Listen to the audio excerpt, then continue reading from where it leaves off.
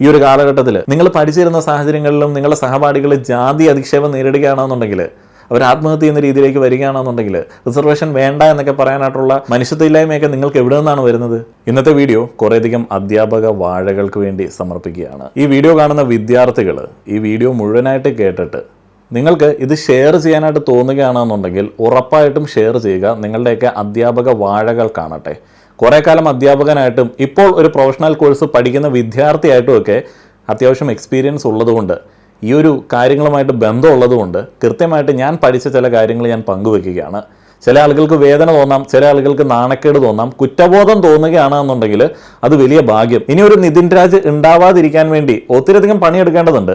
ആ ഒരു പണിയെടുക്കേണ്ടത് വിദ്യാർത്ഥികളൊന്നുമല്ല, വലിയ സിസ്റ്റം എന്നൊക്കെ പറയുന്ന ആ ഒരു സിസ്റ്റം ഒന്നുമല്ല, കുറേയധികം അധ്യാപക വാഴകളാണ്. കുറേയധികം അധ്യാപക വാഴകൾക്ക് വേണ്ടി ഈ ഒരു വീഡിയോ ഞാൻ സമർപ്പിക്കുകയാണ്. ലോവർ പ്രൈമറി, അപ്പർ പ്രൈമറി ക്ലാസ്സുകളിൽ പഠിപ്പിക്കുന്ന ടീച്ചേഴ്സിനെ ഞാൻ ഈ ഒരു വീഡിയോയിൽ പ്രത്യേകം പറയുന്നില്ല. അവർക്കും കുറച്ചൊക്കെ നമ്മൾ ചില ഉപദേശങ്ങൾ കൊടുക്കേണ്ടതാണ് എന്നുണ്ടെങ്കിലും ഞാൻ കൊടുക്കുന്നില്ല. ഹൈസ്കൂൾ മുതലുള്ള അധ്യാപക വാഴകളെ കുറിച്ചിട്ടാണ് ഞാൻ കൂടുതലായി ഈ വീഡിയോയിൽ പരാമർശിക്കാനായിട്ട് ഉദ്ദേശിക്കുന്നത്.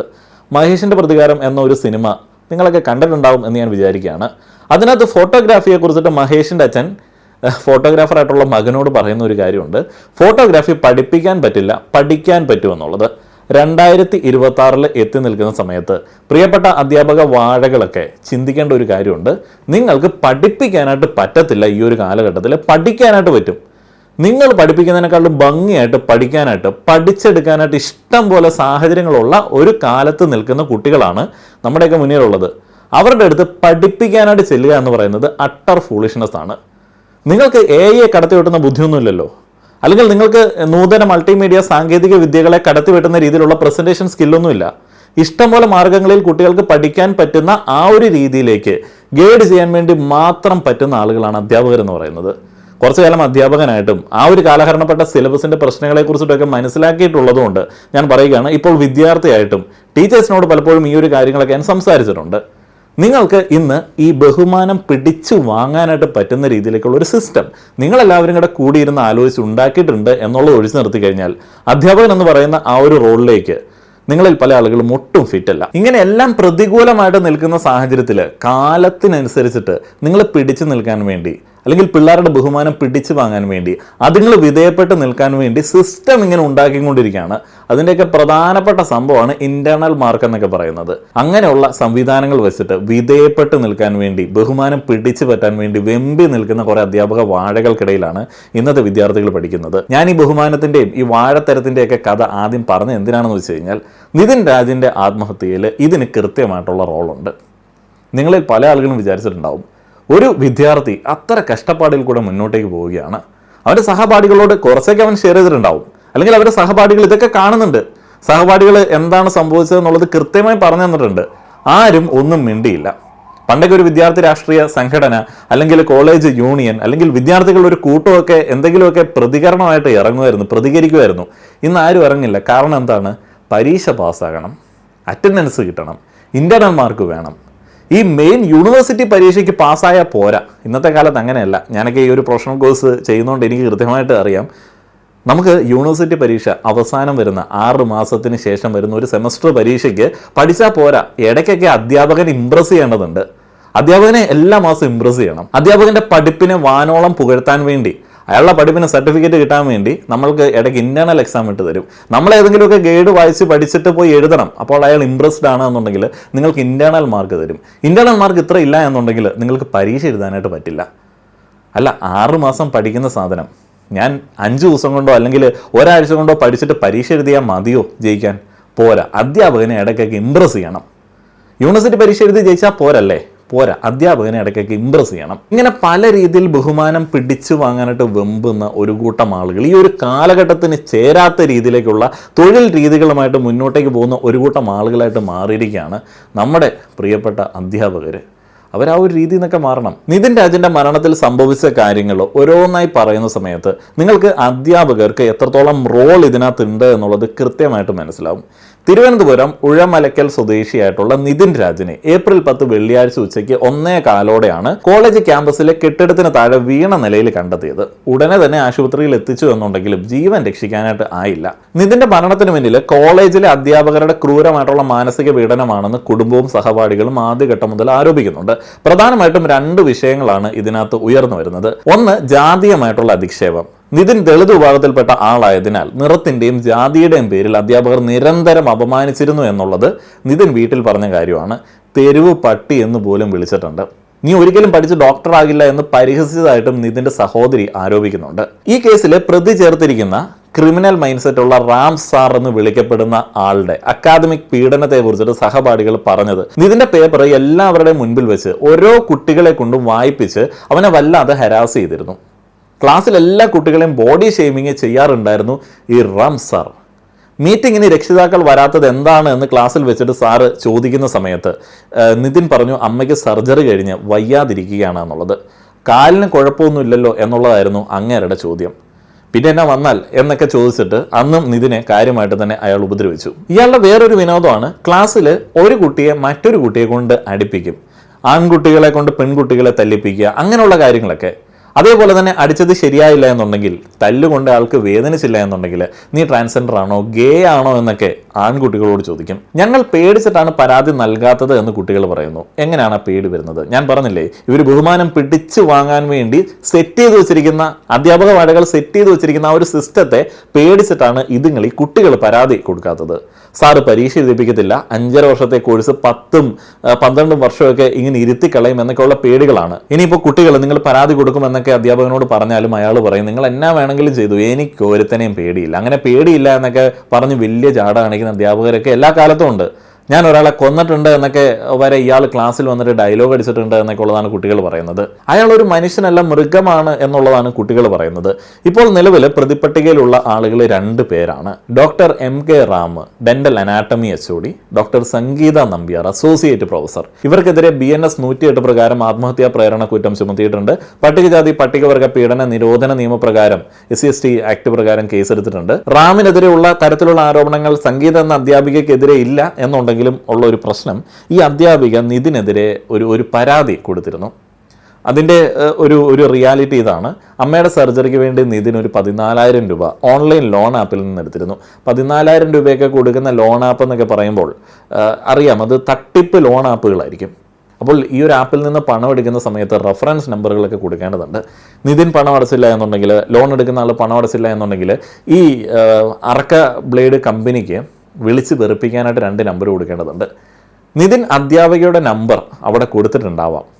അധ്യാപികയുടെ നമ്പർ കൊടുത്തിട്ടാണ് ലോൺ എടുത്തതെന്നൊക്കെ ഇങ്ങനെ വാർത്തകൾ കേൾക്കുന്നു. പക്ഷെ അങ്ങനെ ആയിരിക്കില്ല. അധ്യാപികയുടെ നമ്പർ റെഫറൻസ് കൊടുത്തതാവാനായിട്ടാണ് സാധ്യത. ഏതായാലും നിതിൻ ലോൺ അടയ്ക്കാത്ത പക്ഷം, അമ്മയുടെ ആവശ്യത്തിന് വേണ്ടി എടുത്തതാണ്, വീട്ടിൽ നിന്ന് അത് പറയുകയും ചെയ്തു, അമ്മയ്ക്ക് വേണ്ടി അവൻ എടുത്തതാണെന്ന് പറയുകയും ചെയ്തു. ലോൺ അടയ്ക്കാത്ത പക്ഷം ഈ അധ്യാപികയെ അവർ വിളിക്കാൻ തുടങ്ങി. അധ്യാപികയൊക്കെ വിളിക്കാന്ന് പറഞ്ഞാൽ ലോൺ ആപ്പുകാരാണ്, അവർ വളരെ മോശമായിട്ടുള്ള രീതിയിൽ സംസാരിക്കും. അധ്യാപികയുടെ കൺസെൻറ്റോടെ ആണോ ഈ ഒരു ലോൺ എടുത്തത് എന്നുള്ളത് നിലവിൽ നമുക്ക് അറിയത്തില്ല. അധ്യാപിക ഈ ഒരു കാര്യം കാട്ടി നിതിനെതിരെ ഒരു പരാതി കൊടുത്തിരുന്നു. ആ ഒരു കാര്യവും ആയി ബന്ധപ്പെട്ട് നിതിനെതിരെ അധ്യാപകർ തിരിയുകയും അവിടെ വെച്ചും ഒരു മാനസികമായിട്ടുള്ള ബുദ്ധിമുട്ട് അയാൾക്ക് ഉണ്ടായി എന്നുള്ളത് നമുക്ക് അനുമാനിക്കാം. ഇതിനൊക്കെ ശേഷമാണ്, മൊത്തത്തിലുള്ള ഒരു പ്രശ്നങ്ങൾക്കൊക്കെ ശേഷമാണ് അയാൾ ആത്മഹത്യയിലേക്ക് വരുന്നത്.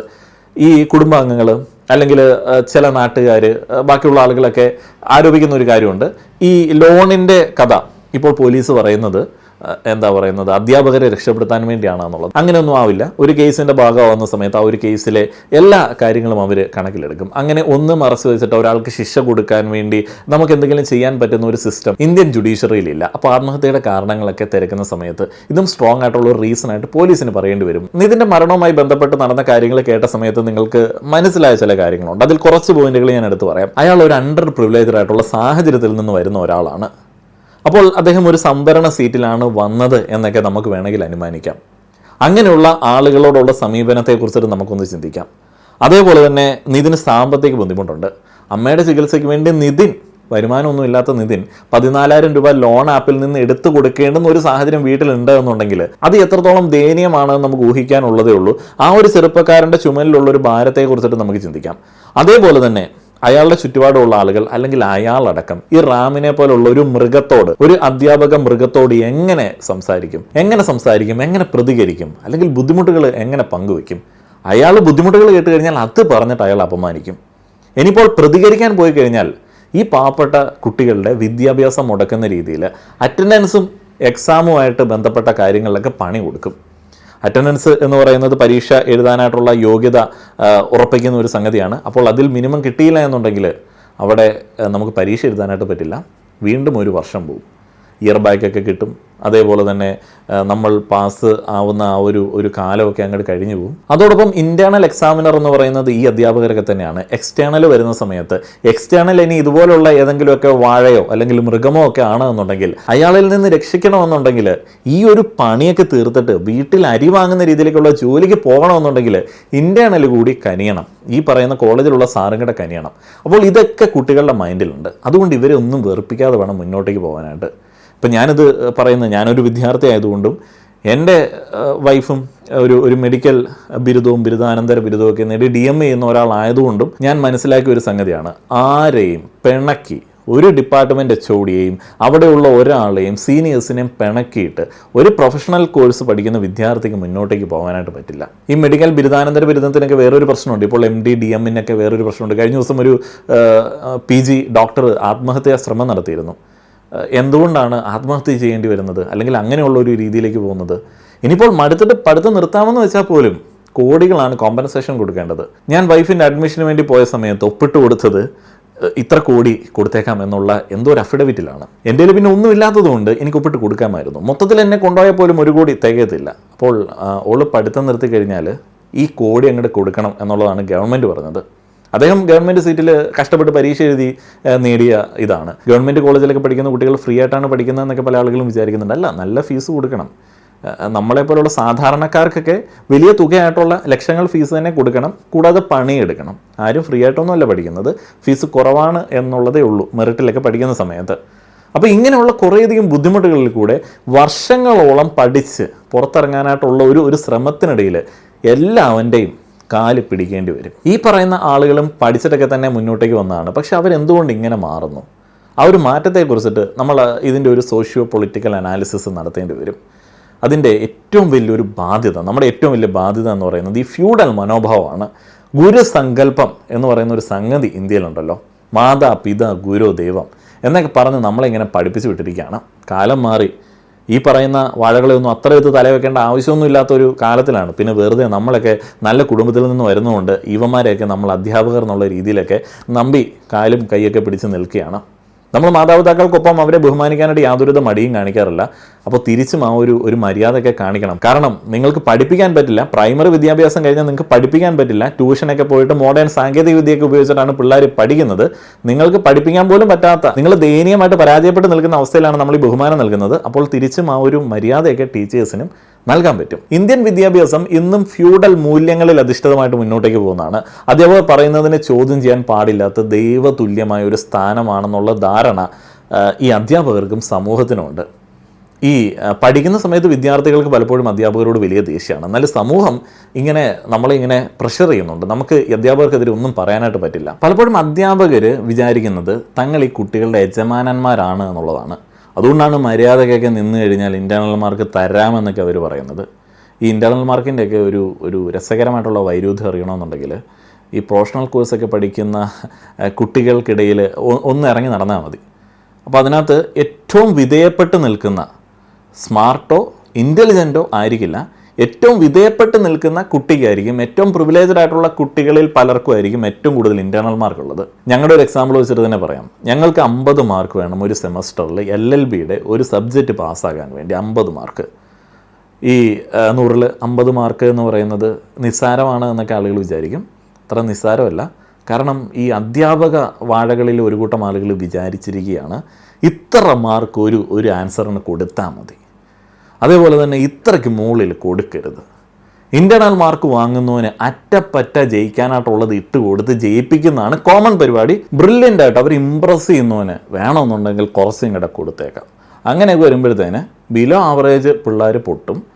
ആവറേജ് പിള്ളേർ 30 മാർക്ക് കഷ്ടിച്ച് ജയിക്കാൻ വേണ്ടിയുള്ളത് വാങ്ങി നിൽക്കും.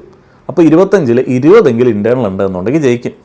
ഇപ്പോൾ എനിക്കൊക്കെ സപ്ലൈ ഉണ്ട്, ഇൻറ്റേർണൽ മാർക്ക് കൊണ്ട് മാത്രം സപ്ലൈ ഇട്ടിട്ടുണ്ട്, 30 തന്നു, പക്ഷേ 20 മാർക്കില്ല, 19 ഉള്ളൂ.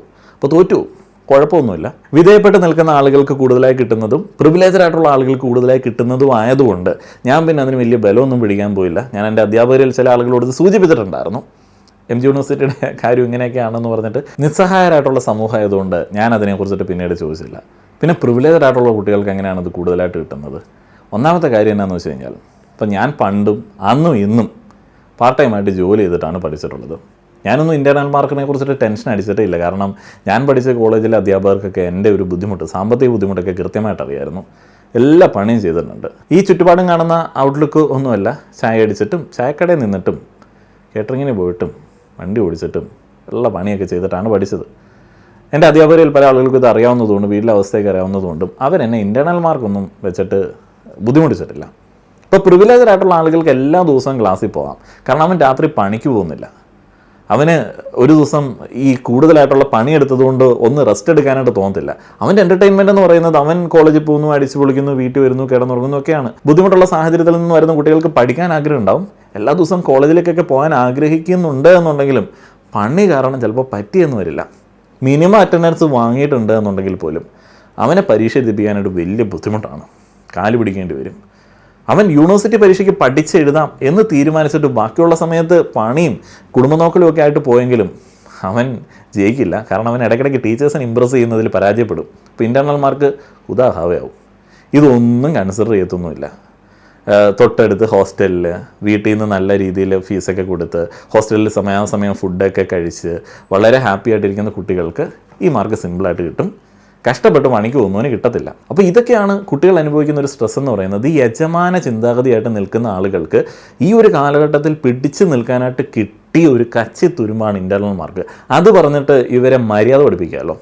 ഇതൊക്കെ ചോദിക്കുമ്പോൾ അധ്യാപകർ പറയും, ഡിസിപ്ലിന് വേണ്ടിയാണിത്, ക്ലാസ്സിലൊക്കെ വരണം, കേട്ടിരിക്കണം, ഡിസിപ്ലിന് വേണ്ടിയാണിത് ചെയ്യണത്. ഡിസിപ്ലിന് വേണ്ടി ഒന്നുമില്ല. ഡിസിപ്ലിൻ ഈ മാർക്ക് കൊടുത്തിട്ട് കുട്ടികളെ പ്രതികരണശേഷി നശിപ്പിച്ചിട്ട് എവിടെയെങ്കിലും മൂലക്കിരുത്തുന്നതിൽ നിന്നിട്ടാണ് നിങ്ങൾ ആർജിക്കാനായിട്ട് ഉദ്ദേശിക്കുന്നതെന്നുണ്ടെങ്കിൽ നിർത്തി വല്ലതും വാഴയ്ക്ക് തടവെടുക്കാൻ വേണ്ടി പോകൂ എന്നുള്ളതേ ഞാൻ പറയുന്നുള്ളൂ. കാരണം ഇൻറ്റേർണൽ മാർക്കൊന്നും ഇല്ലാത്ത കാലത്തും പഠിച്ചിട്ടുണ്ട്. അന്നും നമ്മുടെയൊക്കെ കോളേജ് വളരെ ഡിസിപ്ലിനായിട്ടും ക്ലാസ്സൊക്കെ വളരെ ഡിസിപ്ലിനായിട്ടും പോയിട്ടുണ്ട്. കാരണം അധ്യാപകർക്ക് ഒരു ക്വാളിറ്റി ഉണ്ടായിരുന്നു. ഇനി ഈ ഭാഗത്തിൽ ഞാൻ പറയാനായിട്ട് ആഗ്രഹിക്കുന്നത്, മനസ്സിലാക്കേണ്ട ഒരു സംഗതി, അക്കാഡമിക് പീഡനം എന്ന് പറയുന്നത് ഒരു പാരമ്പര്യ രോഗമാണ്. ഇതൊരു പാരമ്പര്യമായിട്ട് പകർന്നിടുന്നൊരു സംഗതിയാണ്. ചില അധ്യാപക വാഴകളൊക്കെ നമ്മളോട് പറയും, ഞങ്ങളൊക്കെ വളരെയധികം കഷ്ടപ്പെട്ടാണ് പഠിച്ചത്, ഞങ്ങളുടെ മറ്റേ ചാക്കോമാഷ് ഞങ്ങളെ ഇങ്ങനെ സൈക്കിൾ കയറ്റം പഠിച്ചിട്ടുണ്ട്, ഞുള്ളി തൊലിയെടുത്ത് കാണിച്ചു തരുമായിരുന്നു എന്നൊക്കെ പറയും. അതുകൊണ്ടൊക്കെ ഞങ്ങൾ ഈ ഒരു നിലയിലെത്തി നിങ്ങളുടെ മുൻപിൽ വന്ന് പഠിപ്പിക്കാനായിട്ട് നിൽക്കുന്നു. ഇന്ന് ഞങ്ങൾക്ക് UGC സ്കെയിൽ ഉണ്ടെന്നൊക്കെ പറയും. എത്ര ആളുകൾക്കുണ്ട് സ്കെയിൽ? നല്ല ലക്ഷങ്ങൾ കുടുംബ തട്ടത്തടിക്ക് വെച്ചിട്ടുണ്ടെങ്കിൽ അത് കൊടുത്തിട്ട് വാങ്ങുന്നതല്ലേ പല അധ്യാപക വാഴകളുടെയും കോളേജ് ജോലി എന്ന് പറയുന്നത്. പിന്നെ അധ്യാപകരെയൊക്കെ പലപ്പോഴും ചില അധ്യാപകരെയൊക്കെ കൃത്യമായിട്ട് ഒരൊറ്റ വാക്യത്തിൽ നമുക്കങ്ങനെ പറഞ്ഞു വയ്ക്കാം, നേരത്തെ തന്നെ പഠിത്തം നിർത്തി എല്ലാം തികഞ്ഞവരാണ് എന്നുള്ള ബോധ്യത്തിൽ ബാക്കിയുള്ള ആൾക്കാരെ പഠിപ്പിക്കാൻ അറിയുന്ന ആൾക്കാരാണ് പല അധ്യാപകരും. അവരത്രത്തോളം എല്ലാം തികഞ്ഞ ആൾക്കാരാണെന്നുള്ള ചിന്തയുണ്ട്. നമ്മളൊക്കെ പഠിച്ചുകൊണ്ടിരിക്കുകയാണല്ലോ, എല്ലാ മനുഷ്യനും പഠിച്ചുകൊണ്ടിരിക്കുകയാണ്. ഇപ്പോൾ ഒരു സ്വന്തമായിട്ടൊരു ഹോട്ടൽ നടത്തുന്ന പോലും എല്ലാ ദിവസവും പഠിക്കണം. അധ്യാപകർക്ക് പിന്നെ പഠിക്കേണ്ട ആവശ്യമൊന്നുമില്ല. അവർ എല്ലാം തികഞ്ഞവർ. അവർ നേരത്തെ തന്നെ മറ്റേ നെറ്റും സെറ്റും ഒക്കെ എഴുതുമ്പോൾ തന്നെ പഠിത്തം അങ്ങോട്ട് പൂർത്തിയായ ടീമുകളാണ്. പിന്നീട് അവർ പഠിപ്പിക്കുന്ന സിലബസുമായി ബന്ധപ്പെട്ട് എന്ത് അപ്ഡേഷനാണ് നടക്കുന്നതെന്നുള്ള അവർക്കറിയില്ല. അവരിപ്പോഴും നിങ്ങളോട് പറയും, ഈ കമ്പ്യൂട്ടറും AI ഒക്കെ ഉള്ളൊരു കാലത്ത് നിങ്ങളോട് പറയും, ആർക്കെങ്കിലും കൊള്ളുന്നുണ്ടെങ്കിൽ മറന്നു കളയാം, മറ്റേ അവിടെ ഇന്ന ആളുടെ ഒരു വലിയൊരു സാധനം ഇരിപ്പുണ്ട്, ഒരു വലിയ അട്ടത്തൊരു പുസ്തകം ഇരിപ്പുണ്ട്, അതെടുത്തുകൊണ്ട് വന്നിട്ട് ഇരുന്ന് വായിക്കണം. അത് എല്ലാ കാലത്തും റെക്കമെൻഡ് ചെയ്യേണ്ട ഒരു സാധനമൊന്നുമല്ല. അതൊരു ഓപ്ഷനാണ്, ഒരു ചോയ്സാണ് ഈ ഒരു കാലഘട്ടത്തിൽ. നല്ലതാണ്. പക്ഷേ ഇന്നത്തെ കാലത്ത് നമുക്ക് വളരെ എഫക്റ്റീവായിട്ട് അതിനകത്ത് ആവശ്യമില്ലാത്ത കാര്യങ്ങളൊക്കെ അവോയ്ഡ് ചെയ്തിട്ട് വായിക്കാൻ പറ്റുന്ന സംഗതികളുണ്ട്. വട്ടത്തിരിക്കുന്ന 1500 പേജുള്ള പുസ്തകത്തിലെ എല്ലാ പേജും ഒന്നും ബൈഹാർട്ട് ചെയ്യാനായിട്ട് നമുക്ക് പറ്റില്ല. ആ ഒരു സമയം കൂടെ കുറച്ചും കൂടെ ഇവന് വേണ്ട രീതിയിൽ ഇവൻ്റെ രീതികൾക്കനുസരിച്ചിട്ട് നമുക്ക് ക്യൂറേറ്റ് ചെയ്യാനായിട്ട് പറ്റും. ആ ഒരു പരിപാടിയൊന്നും ആലോചിക്കാത്ത ആളുകളാണ്. ഞങ്ങൾ കഷ്ടപ്പെട്ട കഷ്ടപ്പാടുകൾ നിങ്ങളും കഷ്ടപ്പെട്ടെങ്കിൽ മാത്രമേ ഞങ്ങളെപ്പോലെ ആവാൻ പറ്റത്തുള്ളൂ. ആരെ പോലെ ആവാൻ പറ്റത്തുള്ളൂ? അപ്പോൾ ആ ഒരു സുപ്പീരിയോറിറ്റി കോംപ്ലക്സിൽ നിന്നിട്ടാണ് ഇമാതിരി സാധനങ്ങളൊക്കെ വരുന്നത്. അതുകൊണ്ട് തന്നെ ഞങ്ങൾ കഷ്ടപ്പെട്ടിട്ട് ഇനിയിപ്പം കുറേ അധ്യാപകരൊക്കെ ഈ ന്യൂജൻ അധ്യാപകരൊക്കെ ചിലപ്പോൾ അങ്ങനെ ആയിരിക്കും എന്നെ ചിന്തിക്കുന്നത്. ഞങ്ങൾ കഷ്ടപ്പെട്ട എല്ലാ ദിവസവും കോളേജിലൊക്കെ പോയി ഞങ്ങൾ ടീച്ചേഴ്സിൻ്റെ അടുത്ത് ഡാൻസൊക്കെ ചെയ്ത് ഞങ്ങൾ പേപ്പർ കൊണ്ട് അമ്മാനം ആടി ആൻസർ പേപ്പർ കൊണ്ട് ഫാൻസി ഡ്രസ്സ് കളിച്ചിട്ട് വാങ്ങിയ ഇൻറ്റേർണൽ മാർക്കല്ലേ, നിങ്ങൾക്കും അങ്ങനെ വാങ്ങിക്കൂടെ, അതാണ് അർഹതപ്പെട്ട മാർക്ക്, ആ ഒരു മാർക്ക് കിട്ടിയിട്ട് മാത്രം ജയിച്ചാൽ മതി എന്നൊക്കെ ചിന്തിക്കുന്ന ആളുകളുണ്ടാവും. പാരമ്പര്യ രോഗമായിട്ട് പകർന്നു കിട്ടുന്ന പരിപാടിയാണ് ഈ പറയുന്ന ഐറ്റംസ്. അപ്പോൾ ഇതും ചുമന്നിട്ട് നടക്കാതിരിക്കുക. ഈ പറയുന്നത് വളരെ റോങ് ആയിട്ടുള്ള ഒരു വൃത്തികെട്ട സിസ്റ്റമാണ്. അപ്പോൾ അത് എല്ലാ കാലത്തും പ്രോത്സാഹിപ്പിക്കേണ്ട ആവശ്യമൊന്നുമില്ല. ഇതിനൊരു ബെനിഫിറ്റും ഇല്ല. എത്രയോ കുട്ടികൾ ആത്മഹത്യ ചെയ്യുന്നു അറ്റൻഡൻസുമായി ബന്ധപ്പെട്ട്. എത്ര സുപ്രീം കോടതി കേസുണ്ട്. ഇതൊന്നും ഇവർ മൈൻഡ് ചെയ്യത്തില്ല. കാരണം എന്നാണെന്നറിയോ, കൺട്രോൾ ചെയ്യണം. യജമാനനാകണമെന്നുണ്ടെങ്കിൽ പേടി വേണമെന്നുണ്ടെങ്കിൽ അറ്റൻഡൻസും ഇൻറ്റേർണലും കാര്യങ്ങളൊക്കെ വേണം. ഇത്ര ഗതികെട്ട ഒരവസ്ഥയിൽ ഈ ഒരു തൊഴിൽ ചെയ്ത് മുന്നോട്ടേക്ക് പോകാനായിട്ട് നിങ്ങളിൽ പല ആളുകൾക്ക് നാണമില്ലേ? ഈ ഒരു പേടി ഉള്ളതുകൊണ്ടാണല്ലോ റാം സാറിൻ്റെ ക്രൂരതകൾ നിതിൻ രാജിൻ്റെ മരണത്തിലേക്ക് നയിക്കുന്ന ഒരു സാഹചര്യത്തിൽ എത്തിയിട്ടും പല വിദ്യാർത്ഥികളും പറയാതിരുന്നത്. അങ്ങനെയുള്ള റാം സാറുമാരെ സൃഷ്ടിക്കുന്ന സിസ്റ്റത്തിനാണോ നിങ്ങൾ ഡിസിപ്ലിൻ ഉണ്ടാക്കുന്ന സിസ്റ്റമാണെന്നൊക്കെ പറയുന്നത്? ഇനി അടുത്തത്, ഇപ്പോഴും തുടരുന്ന ജാതീയതയും മുൻവിധികളൊക്കെയാണ്.